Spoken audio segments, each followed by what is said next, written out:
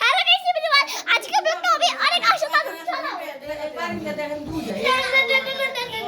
লে কথা হইতা যায় কাছে তো আইয়া যা আদর করে ডাকবো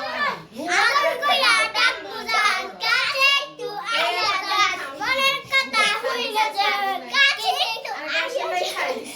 যা বুইড়া করছ আমি কইছি এটা তো